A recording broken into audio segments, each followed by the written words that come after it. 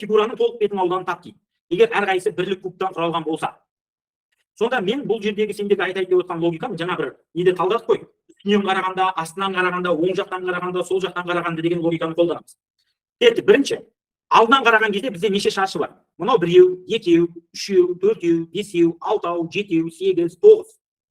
Мынау мен 10, 11, 12, 13, 14, 15, 16, 17, мына қарамен жасайыныз 18. Алдынан қараған кезде 18 шаршы бар екен. Мына жерге жазып қоямын 18. Ал енді артынан қарағанда да нешеу болады олар? 18 болады. Енді оң жақтан қараймын. Қараңдар, оң жақтан қараймын. Қара түспен. Мынау 1, 2, мынау 3, мынау 4, мынау 5. Оң жақтан қарасам нешеу екен? 5 екен. Плюс 5. Демек, сол жақтан қарасам да нешеу болады? 5 болады. Логикасы түсінікті шығар бұның. Сол жақтан қарасам да 5 болады.